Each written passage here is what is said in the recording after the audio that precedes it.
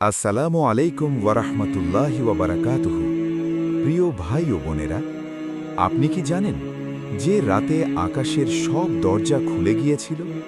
যে রাতে একজন মানুষ মক্কা থেকে বাইতুল মুকাদ্দাস আর সেখান থেকে ৭ আসমান পেরিয়ে সরাসরি আল্লাহর দরবারে পৌঁছে গিয়েছিলেন?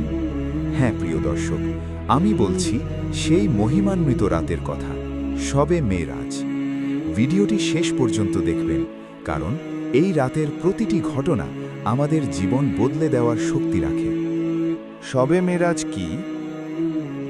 শবে মেরাজ হলো সেই পবিত্র রাত যে রাতে আমাদের প্রিয় নবী হজরত মুহাম্মদ সাল্লাল্লাহু আলাইহি ওয়াসাল্লাম আল্লাহর বিশেষ মেহমান হিসাবে দুনিয়া থেকে আসমানের সফর করেছিলেন। এই ঘটনাটি ঘটেছিল রজব মাসের ২৭ তারিখ রাতে, অধিকাংশ আলেমের মতে। প্রথম ধাপ মসজিদুল হারাম থেকে মসজিদুল আকসা, ইসরা। এক রাতে নবী সাল্লাল্লাহু আলাইহি ওয়াসাল্লাম ছিলেন মক্কার মসজিদুল হারামে।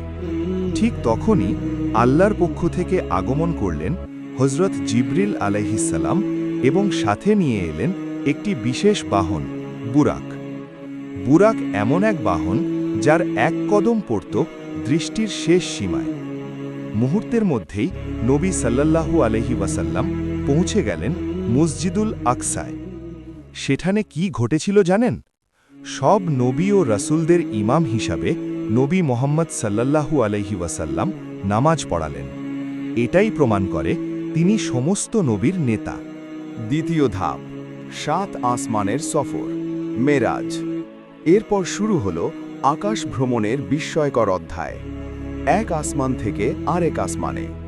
প্রথম আসমানে হজরত আদম আলাইহিসসালাম, দ্বিতীয় আসমানে হজরত ঈসা আলাইহিসসালাম ও ইয়াহিয়া আলাইহিসসালাম, তৃতীয় আসমানে হজরত ইউসুফ আলাইহিসসালাম, চতুর্থ আসমানে হজরত ইদ্রিস আলাইহিসসালাম, পঞ্চম আসমানে হজরত হারুন আলাইহিসসালাম, ষষ্ঠ আসমানে হজরত মুসা আলাইহিসসালাম, সপ্তম আসমানে হজরত ইব্রাহিম আলাইহিসসালাম।